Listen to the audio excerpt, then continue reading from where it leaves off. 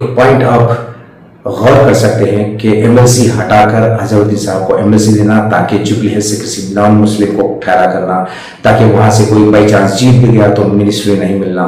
पता नहीं आगे आने वाले दिनों में कौन से नल्ले वो कैंडिडेट को देने वाले हैं एक मिनिस्ट्री दिखावे के लिए, लेकिन वो भी रहेगा न्यूट्रल।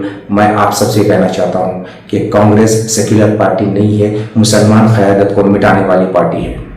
अस्सलाम वालेकुम रहमतुल्लाहि व बरकातुहू। मैं Mohammed Giasuddin Nisar, BRS leader, state education member. मैं आप सबसे ये कहना चाहता हूँ कि ये सियासत है, ये सियासत है मेरी जान, इसको समझना नहीं है इतना आसान। मैं आज आप सबको सियासत का डिस्क्रिप्शन, असली डिस्क्रिप्शन क्या है ये मैं बता देता हूँ। सियासत यानी काली सत्ता, सिया का मतलब काला, राइट। अगर कोई इंसान सियासत में वफादारी, ईमानदारी और दयानतदारी की तवक्को रखता है तो मेरे हिसाब से वो इंसान दुनिया का सबसे बड़ा बेवकूफ़ इंसान है। जैसा कि आप सबको मालूम है कि आज सोशल मीडिया और मुख्तलिफ अलग अलग न्यूज़ चैनल्स पर हम लोग क्या देखे हैं। आज से साल या 1.5 साल पहले एक आमिर अली खान साहब जो सियासत फैमिली से वाबस्ता है, उनको नॉमिनेट किया गया था और उनको एमएलसी बनाया गया था गवर्नर कोटे में, और सुप्रीम कोर्ट के ऑर्डर के मुताबिक उनका डिसमिशन हो गया। और साथ में कोदंडाराम साहब भी एमएलसी बने थे, वो भी डिसमिस हो गए। और फिर एक बार नॉमिनेशन किया गया गवर्नर कोटे में, जिसमें आमिर अली खान साहब के बदले में मोहम्मद अजहरुद्दीन साहब का नाम दिया गया और कोदंडाराम साहब का नाम दिया गया। अब सोचने की बात क्या है मालूम है? सोचने की बात यह है किस तरह से कांग्रेस, जिसको आप हुकूमत में लाना चाहते थे और ये कहते थे कि ये एक अच्छी पार्टी है और सेक्युलर पार्टी है, मुसलमानों को हेल्प करने वाली पार्टी है, लेकिन धीरे धीरे आप लोग देख रहे हैं ये गरीबों को हटाने वाली है, गरीबी हटाने वाली नहीं, ये मुसलमानों को कॉर्नर करने वाली पार्टी है। ये धीरे धीरे साबित हो रहा है।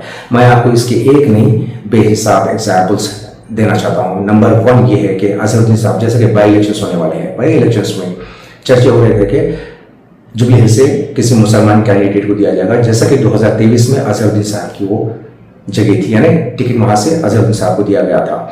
यहाँ पर भी बहुत ही बड़ी चाल, जबकि मालूम था कांग्रेस को कि वहां से अजहरुद्दीन साहब नहीं जीतेंगे, क्योंकि मागाली गोपीनाथ के मुकाबले वहां पे कोई कैंडिडेट जीत नहीं सकता। फिर भी अजहरुद्दीन साहब को वहां से टिकट दिया और दिखावा करे कि हम मुसलमान कैंडिडेट को दिए। इस तरह से अलग अलग जितने भी कॉन्स्टिट्यूंसी में कांग्रेस के लोग एमएलए टिकट दिए, सिर्फ मुसलमानों को दिखाने के लिए कि हम 2 या 3 टिकट दे रहे हैं। ऑलराइट, यहाँ पर अजहरुद्दीन साहब को फिर से टिकट मिलेगा। कांग्रेस का कहना है, कहीं सुनने में आया है, मैं न्यूज़ भी देखा हूँ और न्यूज़पेपर में भी पढ़ा हूँ कि जो कैंडिडेट बाई चांस अगर जुबली हिल्स से बाई इलेक्शन में जीता है तो सेम डे उसको मिलेगा होम मिनिस्टर का पोस्ट। अगर बाई चांस अजहरुद्दीन साहब वहां से ठहरेंगे और अजहरुद्दीन साहब जीत जाएंगे तो उनको होम मिनिस्टर देना पड़ता है। इसीलिए आमिर अली खान को 1.5 साल पहले एक चॉकलेट दिया गया था, चॉकलेट अब छीन लिए, अजहरुद्दीन साहब को यहाँ से गवर्नर कोटे में एमएलसी के लिए नॉमिनेट कर दिए, ताकि वहां से किसी नॉन मुस्लिम को ठहराना इनका मकसद है। इसी तरह से मैं आपको ये कहना चाहता हूँ कि ये सेक्युलर पार्टी जिसको आप कहते हैं, इसके पीछे कई लोग दीवाने हो गए थे। सेक्युलर पार्टी है, इसको हुकूमत में लाना, इसकी हुकूमत बनना लोगों का भला होता उनके। एक कांग्रेस के लीडर है जो नामपल्ली से है, आज भी वो दीवाना इंसान, मैं क्या बोलूँ, मैं कांग्रेस मेरा दिल है, आवाम मेरी धड़कन है, कांग्रेस दिल है, आवाम धड़कन है, सिर्फ तुम्हारा पुकारा।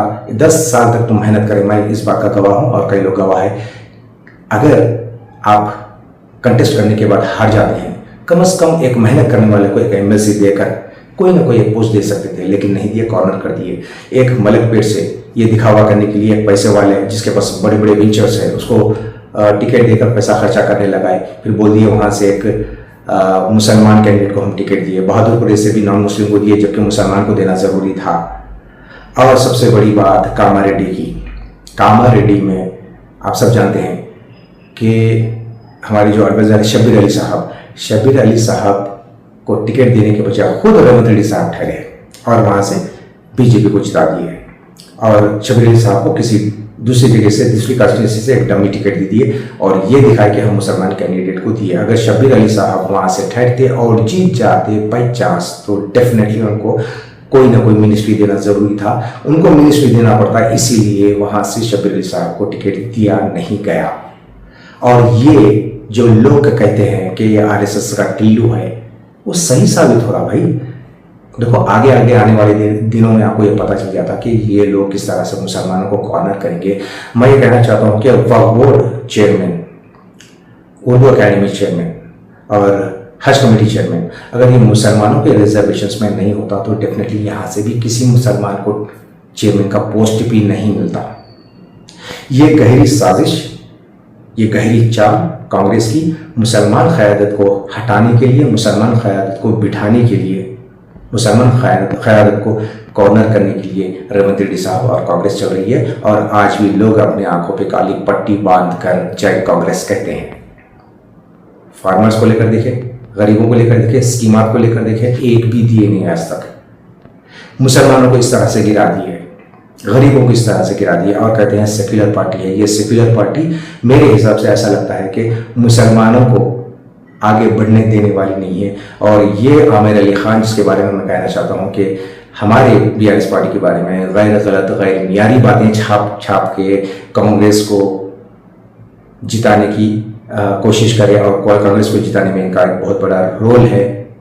जो आज इनको पता चल गया कि ये कांग्रेस पार्टी भी ना उनको चाहने वाली है, ना मुसलमानों को चाहने वाली है। ये एक पॉइंट आप गौर कर सकते हैं कि एमएलसी हटाकर अजहरुद्दीन साहब को एमएलसी देना, ताकि जुबली से किसी नॉन मुस्लिम को ठहरा करना, ताकि वहां से कोई बाई चांस जीत भी गया तो मिनिस्ट्री नहीं मिलना। पता नहीं आगे आने वाले दिनों में कौन से नल्ले वो कैंडिडेट को देने वाले हैं एक मिनिस्ट्री दिखावे के लिए, लेकिन वो भी रहेगा न्यूट्रल। मैं आप सबसे कहना चाहता हूँ कि कांग्रेस सेक्युलर पार्टी नहीं है, मुसलमान क़यादत को मिटाने वाली पार्टी है। बहुत बहुत शुक्रिया। Thank you so much. जय हिंद, जय तेलंगाना, खुदा हाफिज़, अस्सलाम वालेकुम रहमतुल्लाहि व बरकातहू।